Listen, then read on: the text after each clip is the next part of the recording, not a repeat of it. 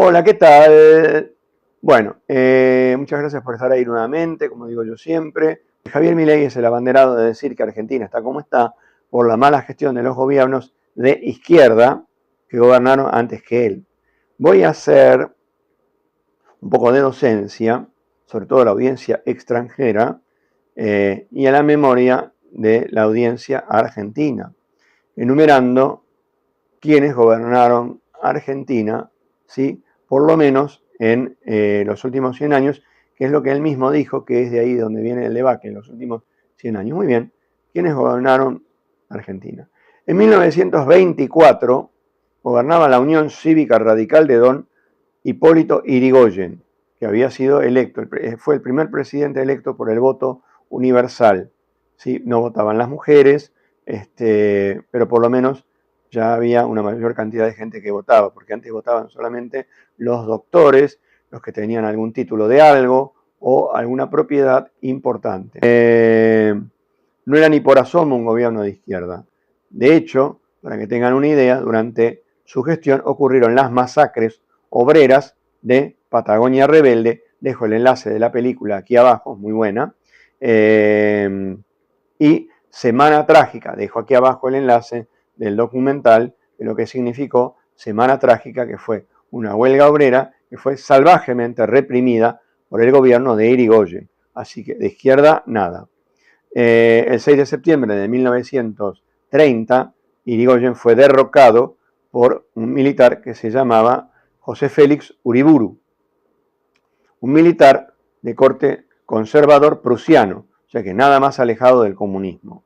El periodo de gobierno que inauguró José Félix Uriburu, y después vinieron otros dictadores que se fueron cambiando, digamos, la toga, como quien dice, se lo conoce históricamente como la década infame. Así que ya se pueden imaginar por qué, ¿no? Porque había mucha corrupción, por si alguno no se dio cuenta.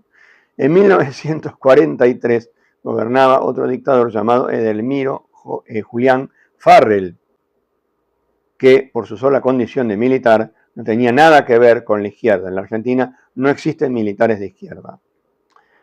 En 1945 se hace cargo de la presidencia Juan Domingo Perón, que como ya comenté en la biografía de Eva Perón, que dejo también el enlace acá abajo, tampoco tenían nada que ver con la izquierda. Es decir, si bien implantaron, mejor dicho, leyes obreras y hubo, digamos, una importante actividad dentro de la Fundación Eva Perón, nadie puede decir en su sano juicio que el peronismo es un partido de izquierda, porque dentro del peronismo también existía la Alianza Anticomunista Argentina. O sea que todo dicho. Muy bien. En el 55, Perón fue derrocado violentamente con un bombardeo en la Plaza de Mayo que tuvo más de 300 muertos, ¿sí? Por el almirante Isaac Rojas y una junta de militares que obviamente no eran de izquierda y se cargaron a 300. O sea, no sé si se entiende lo que estoy queriendo decir. Y es más, el periodo histórico que viene a partir de 1955 se lo conoce como la Revolución Fusiladora. Fusiladora porque fusilaban a gente, curiosamente, de izquierda o peronistas, que no eran estrictamente de izquierda, pero a los militares no les venía bien. Entre 1958 y 1962 hubo un gobierno democrático que consagró como presidente a don Arturo Frondizi, de la Unión Cívica Radical, la que había gobernado Irigoyen. Fue también un gobierno progresista que incluso llegó a invitar a la Argentina a Fidel Castro y al Che Guevara. Si bien esto podría a priori verse como, o dar a entender, mejor dicho, que era un gobierno comunista, marxista y todo eso, no es correcto. Fue más bien un gobierno, eso fue más bien un gesto diplomático, perdón. Eso fue más bien un gesto diplomático. El gobierno era más bien, él lo autodefinía como desarrollista y progresista. O sea que de socialismo y comunismo nada. El periodo democrático que hubo en la Argentina de unos pocos años, por su correligionario, compañero de partido de la Unión Cívica Radical, don Arturo Humberto Illia.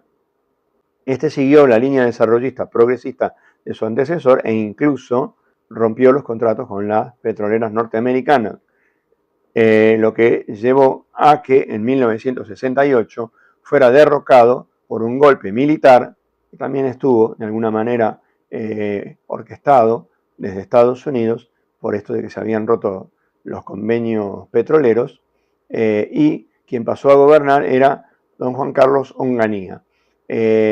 Al periodo histórico que le corresponde se lo conoce como la dicta blanda, porque claro, a comparación del resto de las dictaduras, podemos decir que fue la más light, pero de comunismo absolutamente nada. Onganía gobernó hasta 1970 y entre 1970 y 1973 se sucedieron una serie de golpes, o sea, militares que derrocaban a militares. Muy bien.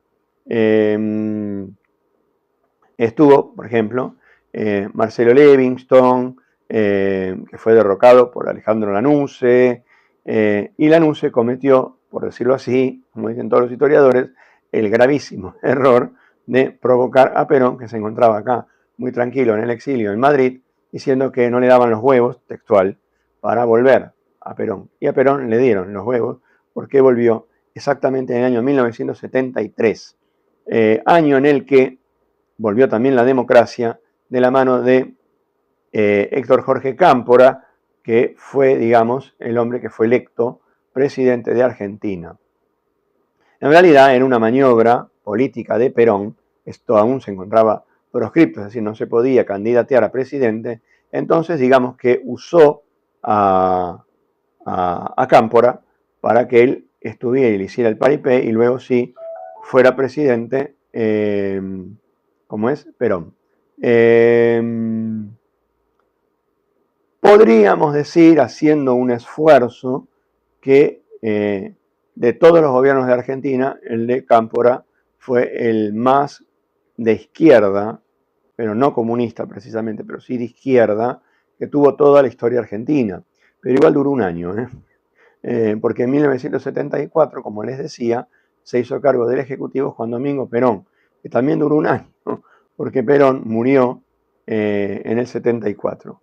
O sea, y ahí, bueno, asumió su viuda Isabel Martínez de Perón. Y su gobierno fue marcadamente de derecha. De hecho, el hombre de confianza de Isabel era don José López Rega, o Lópezito, o el Brujo, fundador de la Alianza Anticomunista Argentina y que además era miembro de la P2, la PDUE, P, letra P número 2, de Licio Gelli, o sea que de izquierda nada, al revés, era de extrema derecha. Bueno, luego vino en el 76 la dictadura de don Jorge Rafael Videla, que todo el mundo sabe, hasta el más tonto, que de comunista no tenía nada, todo lo contrario, era de extrema derecha Videla. Muy bien. En 1983 retornó la democracia de la mano de don Raúl Ricardo Alfonsín, que si bien estaba afiliado a la Internacional Socialista, y su gobierno en líneas generales, podríamos decir también, haciendo cierto esfuerzo, que era socialista o socialdemócrata o algo por el estilo, él pertenecía a la Unión Cívica Radical, es decir, que no estaba afiliado al Partido Comunista ni al Partido Socialista, ¿sí? Estaba afiliado a la Internacional Socialista acá en Europa. Muy bien. En 1991 lo sucedió don Carlos Saúl Menem, peronista de derecha. Listo, ya está, no hay más nada que hablar. En 1999, Menem fue sucedido por Fernando de la Rúa, un conservador de la Unión Cívica Radical, tendría que ser como decir radical de derecha. Muy bien. Pero ese gobierno terminó muy mal, porque terminó en el estallido social del 2001. Bueno, ni Duhalde ni ninguno de los presidentes que sucedieron a de la Rúa en ese momento de inestabilidad política de Argentina eran de izquierda, para nada. En el año 2003 ganó y con un reducido margen de votos, de hecho en realidad iba a haber un balotaje, pero Menem se bajó del balotaje, o sea que se imaginan que ganó por muy pocos votos, Néstor Carlos Kirchner, que sí era progresista y digamos que estaba dentro de la línea de izquierda, pero del peronismo. De marxista nada, y de comunista tampoco. Así que bueno, como quieran llamarle, Néstor era por ahí desarrollista, progresista, lo que quieran, comunista no. A este le sucedió su mujer Cristina Fernández de Kirchner, que sí, hay que decirlo, en honor a la verdad, digamos que radicalizó el peronismo hacia la izquierda, pero tampoco es comunista Cristina. Cristina, digamos, no es marxista, no aplica teorías marxistas dentro de su economía, así que no, comunista no era. En el 2015 asumió el ingeniero Mauricio Macri, conservador y republicano, ya está, todo dicho, no aclaro más nada, no me hace falta aclarar más nada. Y en el 2019 asumió Alberto Fernández. Era tan inútil que creo que no tenía ni ideología, o sea, no hizo nada, fue un inoperante absoluto. Para los que dicen que después yo hablo solamente mal de Milei, no, yo hablo lo que sucede, no lo que a mí me gustaría que sucediera, ¿sí? Muy bien, esto así, sin matices. Bueno, y ahora en el 2023 asumió el primer presidente de ultraderecha votado, digamos, que es Javier Milei. Perdón, en resumen, por si se perdieron, tuvimos 14 presidentes en los últimos 100 años, de los cuales 4 podíamos decir que tenían una tendencia a la izquierda, pero que no eran comunistas. Bueno, 7 eran dictadores y de ultraderecha. 3 presidentes constitucionales fueron conservadores o de derecha, si les gusta llamarlos así. Quiero dejar esto absolutamente claro para toda la audiencia extranjera. Jamás en la historia de la República Argentina gobernó el comunismo o el socialismo. Eso es una mentira absoluta. Los 2 partidos que gobernaron la República Argentina, bueno, 3, ahora con el de Milei, fueron la Unión Cívica Radical, que no es comunista, y el Partido Peronista o Justicialismo, que tampoco es comunista. Y ahora están los libertarios de Milei, que son un partido de extrema derecha. Bueno, por mi parte nada más, yo creo que quedó todo claro. Yo creo que si no lo entendieron, ya no sé, les hago un dibujito.